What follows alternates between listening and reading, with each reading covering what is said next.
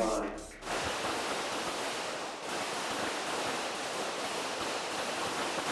The 56th Inter-Service Pistol Championship was held at Fort Benning, Georgia, where we met up with members from the U.S. Army Marksmanship Unit. Staff Sergeant Lawrence Cleveland took home the top prize, and we had the pleasure of getting to know two soldiers on the team who have something very interesting in common: their DNA. Take a look. My brother is absolutely my best friend. It's amazing to have someone on my team, literally and figuratively, in every sense of the word, professionally, personally. My name is Ryan Michael Franks. I'm a shooter/instructor for the United States Army Marksmanship Unit. Sergeant First Class Patrick Wayne Franks Jr. I'm an instructor/shooter for the United States Army Marksmanship Unit. I think one of the most unique things about this team is that my brother is actually a part of this team. He's 10 years younger than I am.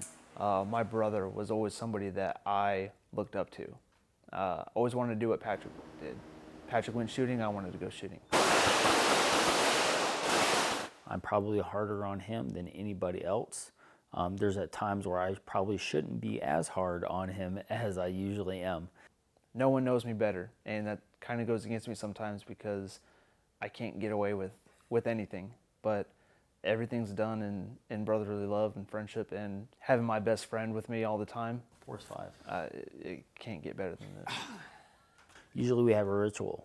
I come home, he's got a cup of coffee waiting for me. We just drink coffee and fry bacon. You know, and it's really nice. I mean, we'll sit down, we'll talk about the day's events.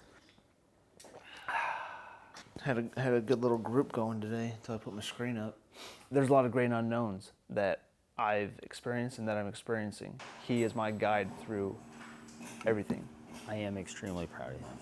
I believe that he has more potential in the long run than I think that I do right now.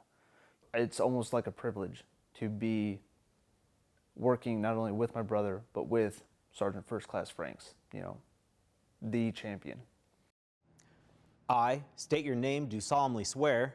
Remember that day when you took the oath? For many of us, it happened in the recruiting station. But how about taking the oath in Times Square with the Chief of Staff of the Army, no less? Look, we're about to start in 4 minutes. It's a countdown in Times Square in the heart of New York City. You have to be able to screenshot it. For Cynthia Perez, Oh, look, they're doing some stuff for the Army. she's preparing for the next chapter in her life. As part of the Army's 240th birthday celebration, new recruits from the New York City area are going to take the Oath of Enlistment. The honor of administering the oath, that goes to General Ray Odierno, Chief of Staff of the Army. And the Uniform Code of Military Justice. For Cynthia, she can't wait to become a soldier. All the stories I hear and just the lifestyle that they live, it's so intriguing to me. It gets me excited. All the training they go to, the discipline, the life lessons they learn. It's something that I want to implement in my life. It's the anticipation of the transition from civilian to soldier which intrigues her. All the training you get, all the discipline you learn, it's hard to understand until you get in there and you see the lives that change so many people's lives. And that's what I want to do. I want to change my life for the better. The Army's operational camouflage uniform will be available to purchase in July. Sergeant Major of the Army Daniel Dailey advises soldiers not to rush out and buy the uniform. There's plenty of time to add it to your wall locker. Is that we pay you, all right, to replace your uniforms every year with your clothing allowance. So you have until 1 October 2019.